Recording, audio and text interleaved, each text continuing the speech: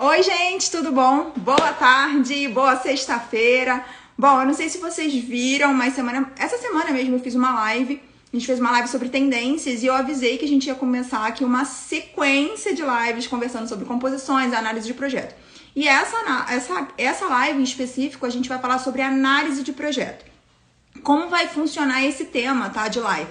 Eu vou pegar um projeto onde a gente vai conversar sobre composições de projeto, o layout, sobre os materiais, sobre estrutura. A gente vai entender mais ou menos entender como que foi o conceito daquele arquiteto para aquele projeto, sendo que o arquiteto vai estar aqui, né, o perfil do arquiteto, o nome do arquiteto para vocês poderem avaliar qual é esse projeto, tá? E a gente não quer denegrir nenhum arquiteto, ao contrário, a gente vai pontuar para vocês poderem se inspirar no projeto do arquiteto e entender que cada projeto ele é único e por que será que vai funcionar. Então, o nome da live aqui para quem está entrando, análise de projeto, o nosso tema vai ser um quartinho infantil. Eu só vou escrever aqui o nome da live, tá?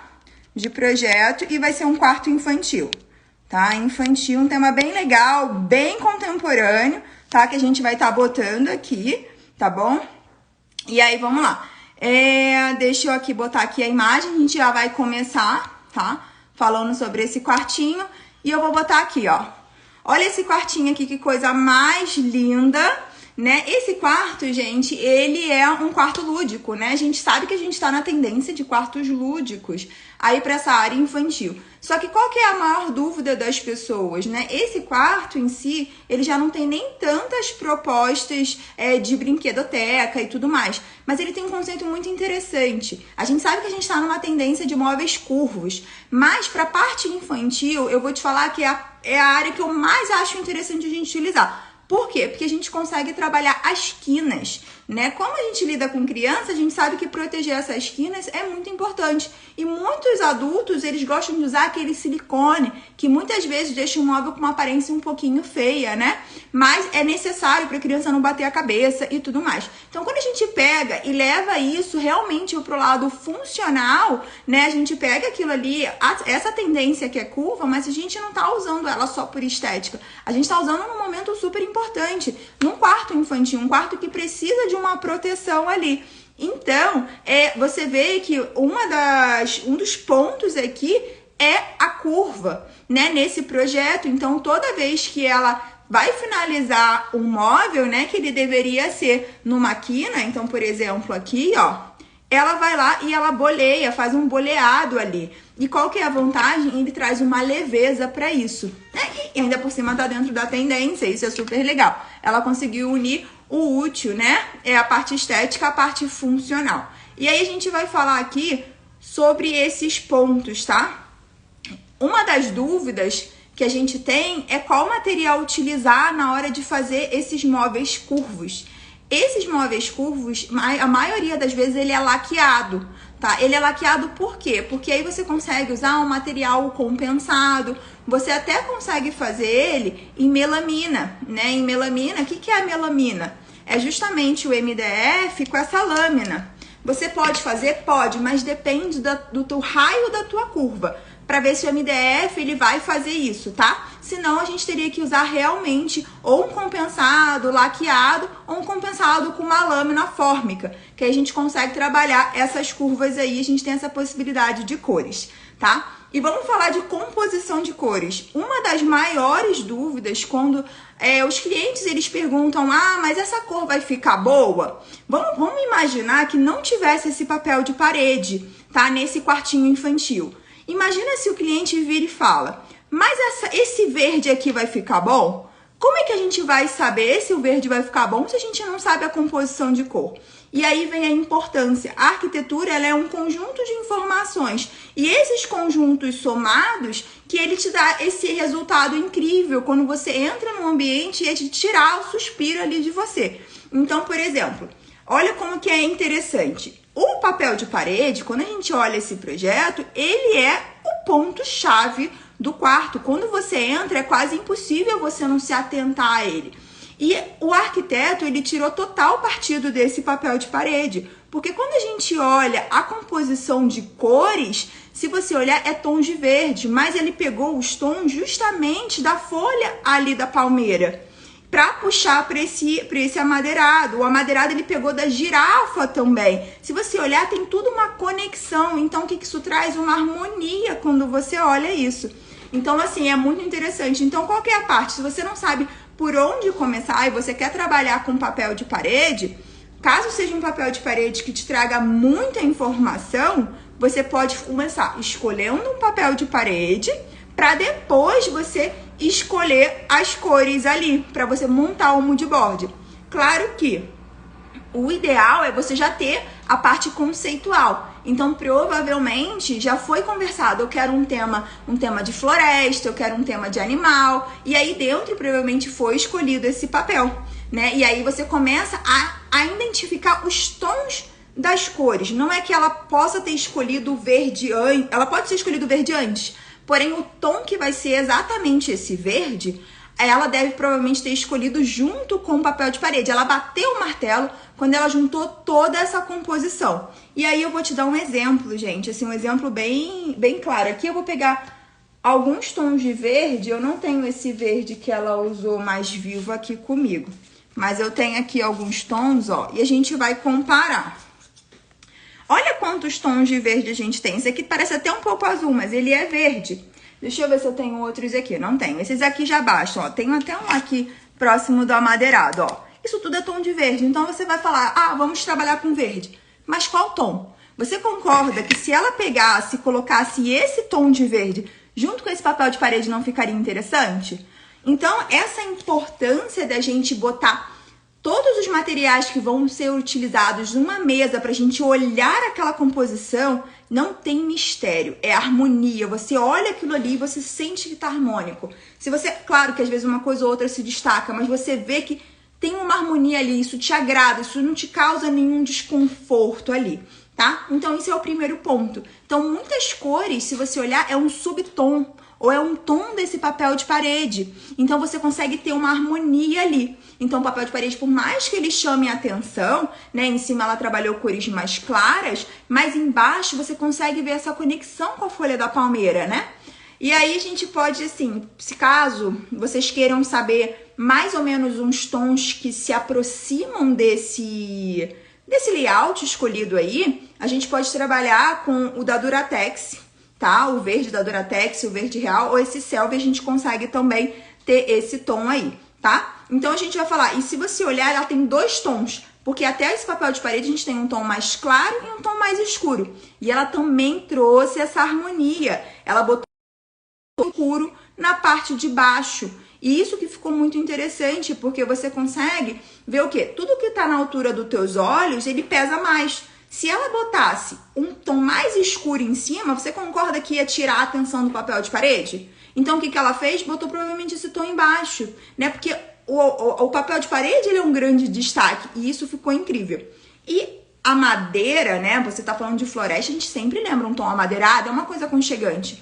Mas o tom que ela escolheu ficou muito próximo aos tons da girafa. E isso é muito interessante, porque também trouxe uma harmonia ali, não brigou com aquilo ali. E o fato dela ter optado por um tom mais claro da madeira, poderia ser um tom de madeira mais escuro, mas ela optou por uma madeira mais clara. Ela não chama tanta atenção. Você concorda se tivesse uma madeira muito mais escura, estaria chamando mais atenção do que o papel de parede, né? Estaria pesando muito ali. Então, com uma madeira mais clara, um subtom ali da girafa, você consegue ter um equilíbrio. Então, todas as cores, quando um arquiteto escolhe, tem um porquê. Tem uma harmonia, entendeu? Você tem uma composição, é um subtom, uma coisa puxa o outro. Caso vocês tenham interesse em saber uma cor próxima, né, desse amadeirado aqui, eu trouxe uns amadeirados para o quarto infantil. Então, assim, é muito usado para quarto infantil justamente essas cores mais clarinhas. E aqui a gente consegue ver, ó, algumas opções. E aí a gente usa bastante o Bilbão, que é esse aqui, né, da Guararapes. Então, ele fica muito interessante em quarto infantil. Se você olhar, a maioria dos projetos é com esse aqui. O Antuérpia também muito bom. Né? E esse Cipres aqui também muito bom. Todos eles provavelmente podem ter sido esse aí, ou o Carvalho Natural da Guararapes, que eu não tô com ele aqui no momento. Então você vê que são tons claros. Você tem a madeira no quarto infantil, mas não fica pesado porque é um tom claro. E ele faz conexão com esse papel de parede ali no tomzinho da girafa. E você começa a ver que tudo faz sentido. Então um projeto, quando a gente pensa, é em várias composições, tá? Eu vou mostrar aqui o mesmo quartinho pra vocês, só que uma outra visão do quarto. Aqui, ó, um outro ponto dele. Ela manteve, tá vendo? As curvas em tudo. Então ficou uma linguagem realmente, o conceito disso ficou bem assim, bem curvo, bem fluido o espaço do quarto. Mas você vê que não tem nenhuma quina, então não tem risco da criança bater a cabeça, não se machucar. Então isso é bem interessante e deixou o quarto com essa fluidez, entendeu? Ela trouxe. E qual que foi uma vantagem? Porque a gente sabe que quanto mais a gente trabalha alguns elementos que estão em tendência, um pouquinho encarece, tá? A curva, ela sim, gente, ela aumenta um pouco o teu orçamento, porque a mão de obra é uma mão de obra personalizada. Então você já sabe, mas eu quero curva. Eu quero curva porque é uma forma mais segura. Realmente, se for botar numa mesa, fica mais seguro você ter um boleado para criança. Mas saiba que sim, é diferente o orçamento de um móvel reto. Isso é interessante vocês sempre saberem. E aí, olha que interessante, vocês sabem que quanto mais você faz um mesclado mesmo entre texturas, você consegue agregar ali na questão da iluminação, né? Quando você tem uma textura diferente, a madeira, os veios da madeira, quando bate uma luz, ela absorve de uma certa forma e você enxerga de uma forma. Quando você bate num vidro, é a mesma coisa. Um MDF liso, a mesma coisa. Então, olha que interessante, ela botou a portinha, né, como se fosse um provençal, né, essa moldura, emoldurado, só que dentro ela botou uma palhinha indiana. E qual que é muito usado isso, né, na parte infantil. Qual que é o legal? Que você tem a textura aqui para você trabalhar, isso te traz um aconchego maior ali, né, no quarto, fica um mimo isso aqui, e você trabalha essa textura, e olha, no mesmo subtom da girafa. Então se você pega, não é a mesma cor, mas ela tá trabalhando, pode ser como se fosse até um degradê, né, então isso é muito interessante, porque toda a linguagem do quarto, ela conversa entre si. Então o verde ele tá aqui, ó, vou voltar na outra imagem para vocês verem, esse verde mais claro, ele tá na palmeira, né? O verde mais claro tá na palmeira. Essa palhinha tá ali na girafa, né? A mesinha embaixo também tá na folha da palmeira, o tom mais escuro. Tudo tem um porquê. E aí você consegue ter uma harmonia de um projeto de quarto, né? Então isso é bem interessante. E assim, pensando aqui nos espaços, falando de algo mais funcional, uma coisa que está sendo muito utilizado são justamente esses carrinhos, rodízios, né? Que você bota, quando eu falo esses carrinhos, o rodízio é justamente essa rodinha, tá? Que fica fazendo movimentar, né, o teu móvel. Então, esse aqui, você consegue ver bem nessa parte de baixo. Deixa eu botar aqui pra sair os comentários. Então, assim, você consegue ver bem embaixo da mesa umas caixinhas que também ela adotou esse tom boleado, né? Esse detalhe boleado ali na ponta. E ela trabalhou um tom mais camurça, né? Um tom ali mais fechadinho, né? Para justamente ter um destaque. E você vê que ele pesa mais, porque cores escuras elas tendem a pesar mais no nosso olhar, né? Então você vê que tem uma atenção ali. E ela conseguiu chamar um espaço, ela conseguiu chamar a atenção para aquele espaço ali devido àquela curva. Tem uma harmonia, porque quando a gente também bota muito a mesma cor, nada se destaca. Então é legal a gente ter um contraponto ali, tá? Para ter um equilíbrio. Então você vê que tem uma cor mais pesada embaixo e lá no final, em cima do projeto, tem a parte do verde mais escuro. Então você vai tendo um equilíbrio ali ao longo do projeto. Mas você vê que as cores todas elas têm conexão, né? Você vê que é um degradê. Tem o begezinho mais claro, até o camurça um pouquinho mais escuro, tendo um pouquinho mais de marrom, mas ainda assim super combina com toda a linguagem do projeto, né? Bom, então a gente falando dessa parte infantil, tem um espacinho para guardar brinquedo, tem um apoio ali do lado da cama, né, na mesinha lateral, que é super útil para vocês poderem utilizar. Aqui, ó, vou botar aqui de novo na cama para vocês darem uma olhada. Peraí.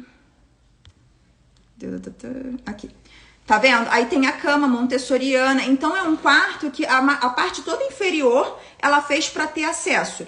e aí botou umas prateleiras para a criança ter acesso ali, né? Então isso ficou bem interessante. A parte de cima realmente a criança não consegue ter esse acesso, é difícil por causa da altura. Provavelmente foi proposital para só os pais terem esse espaço ali de armazenamento, né? Mas a parte inferior a criança consegue ter total autonomia ali para mexer, que acaba sendo um dos focos do montessoriano.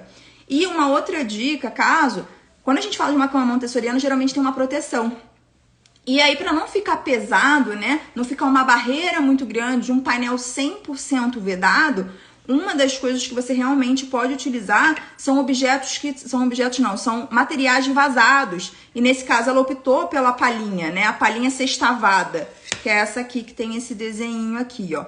Então você traz uma leveza, você tem uma proteção, que se a criança esbarrar ali, ela não vai cair da cama, por mais baixo que seja, né? Você tem uma proteção, mas também fica algo mais leve. A luz ela passa e fica uma leveza de material, e fora esse mix de texturas, porque quando a gente fala de cama tem um enxoval ainda.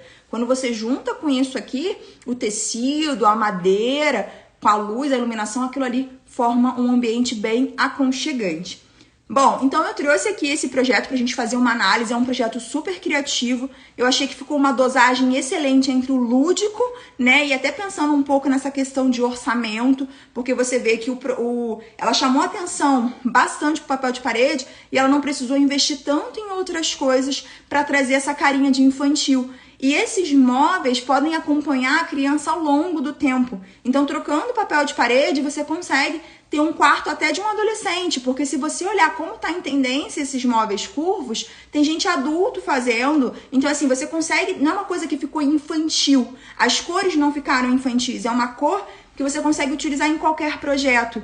Então, assim, eu achei que ficou um projeto muito funcional, um projeto com uns tons excelentes de você poder trabalhar e acompanhar ao longo a criança aí. Então, assim, essa foi a análise, tá? De projeto é bem curtinho, para vocês entenderem alguns pontos de arquitetura, alguns pontos de composição. E para quem tem interesse em saber quais são essas cores aí, né? Aqui eu olho, aqui eu consigo avaliar, né? A gente consegue justamente ver isso, tá? De composição sendo usado uma palhinha indiana, o MDF, se for em MDF, né? Pode ser o alecrim ou o Sélvia da Duratex. E a gente também pode usar o bilbão na madeira, tá? No que for amadeirado, e o camurça nos nichos, e a gente consegue ter uma composição muito próxima desse projeto aí. Mas como a gente conversou no começo, o que vai fazer diferença é justamente uma composição geral. Então, tendo um papel de parede, para você definir justamente qual é o tom que você vai usar de material, é você ter o papel de parede ali, para você poder avaliar isso em conjunto, para ver o que vai realmente combinar ali. Porque lembra, gente, às vezes o tom pode ser verde, mas ele é mais frio ou ele é mais quente. E isso vai fazer diferença na harmonia do ambiente total, tá bom? Então essa foi a análise de projeto. A gente vai tentar fazer aqui uma a cada 2 dias pra gente conversar, vocês entenderem como é que é feito, né, o estudo, a gente avaliar, pra gente justamente tirar partido, aprender com os outros projetos, pra gente ter uma troca aqui de informação. Tá bom, gente? Um beijo e bom final de semana!